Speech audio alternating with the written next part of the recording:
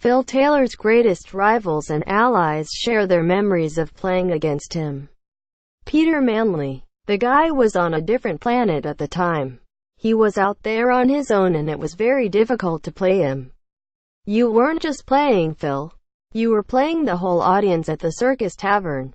They would sing, "There's only one Phil Taylor," from start to finish, and eventually that can grind you down. Manley refuses to shake Taylor's hand. Manley refuses to shake Taylor's hand.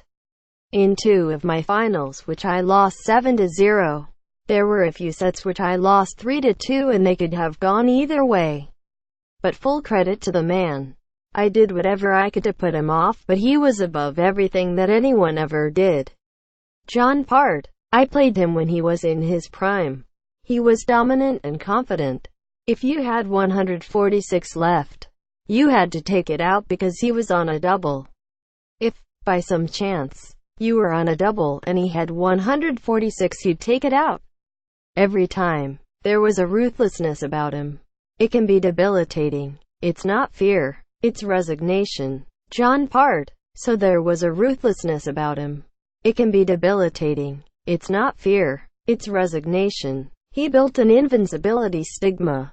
He didn't get 110 averages in those days, but he didn't have to because he was already so far past everyone else.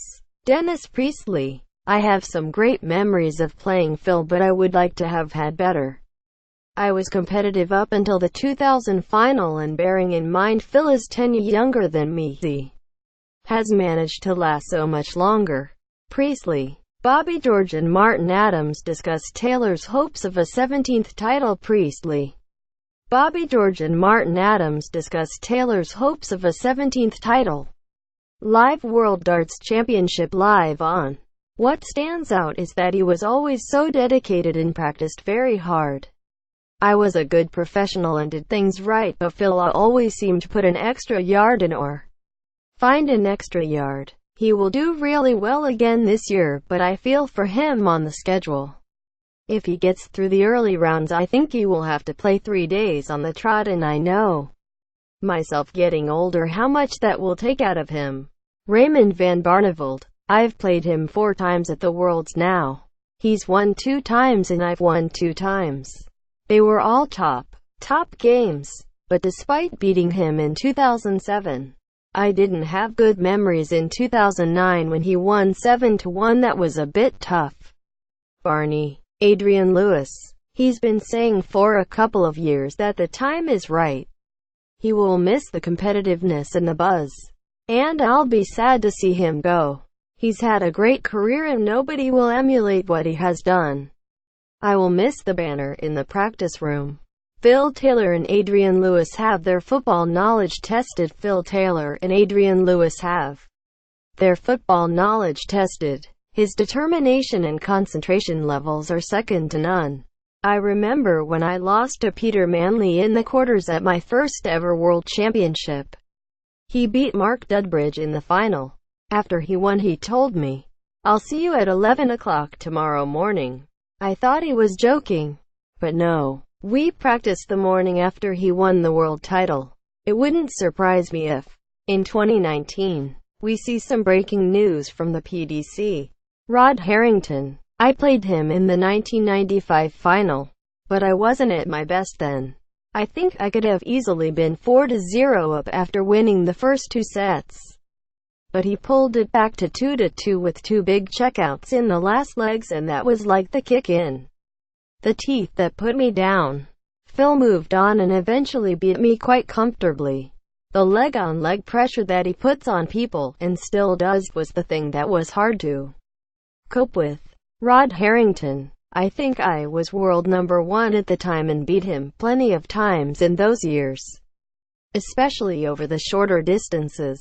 But the leg-on-leg pressure that he puts on people, and still does, was the thing that was hard to cope with. There was never a leg that you won when he was 200 away. There wasn't a lot between us back then, and I was coming into the Worlds with plenty of confidence.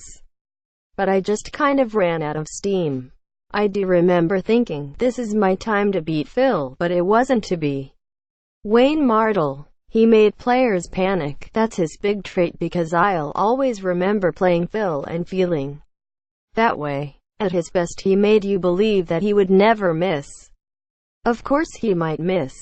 He wasn't always taking out 161s and going out in 12 darts, but he made you believe that's what he was doing. He made players panic. That's his big trait because I'll always remember playing Phil and feeling that way. Wayne Mardle. From the first shot of the first leg, you were thinking, I can't miss doubles. I will only get one chance to break. I have to take it. Phil was so good and so relentless that you believed your only chance was the one that had just happened. You believed that nothing else would go your way. John Lowe. Phil has been brilliant for the sport since taking over from me and Eric Bristow. I played against Phil for 10 years because he's been playing for longer than people think. Eric once said to me, this guy is good. The first time I played Phil was in Canada and I saw straight away that he was a natural. He told me that he copied my throw, which was a nice compliment. The first time I played Phil was in Canada and I saw straight away that he was a natural. John Lowe. It's a good thing that he has decided to quit, bearing in mind that he hasn't won a world title in years. If he gets to the semifinal, he'll have done exceptionally well. Bob Anderson. The matches against him were usually a headache. I think I played Phil about 30-odd times and managed to get past him on 5 occasions, I think, and I was quite pleased with that. He was hard work to play against, extremely professional, and he had an uncanny habit of looking as though he was going to miss and then hit the double with the last dart. That was soul-destroying. He was a wonderful player. Obviously, 16 world titles is an incredible record. I know what it took out of me to win one, so I take my hat off to him. I think it is probably the right time for him to retire. I knew when it was time for me to go, and I am sure Phil realizes maybe now is the time for him. The 2018 World Championship from Alexandra Palace starts on Thursday, December 14th and ends New Year's Day.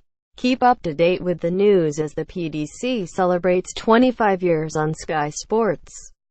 So get all the latest at www.skysports.com darts and join in the conversation at Sky Sports Darts. Don't forget to use hashtag #LoveTheDarts. Sky Sports Darts can be accessed across TV, online and via mobile and tablet devices with Sky Go. Non-subscribers can either enjoy 1 or 7 days access to the Sky Sports Darts channel and Sky Sports' other dedicated channels contract-free on TV and a range of devices with Now TV.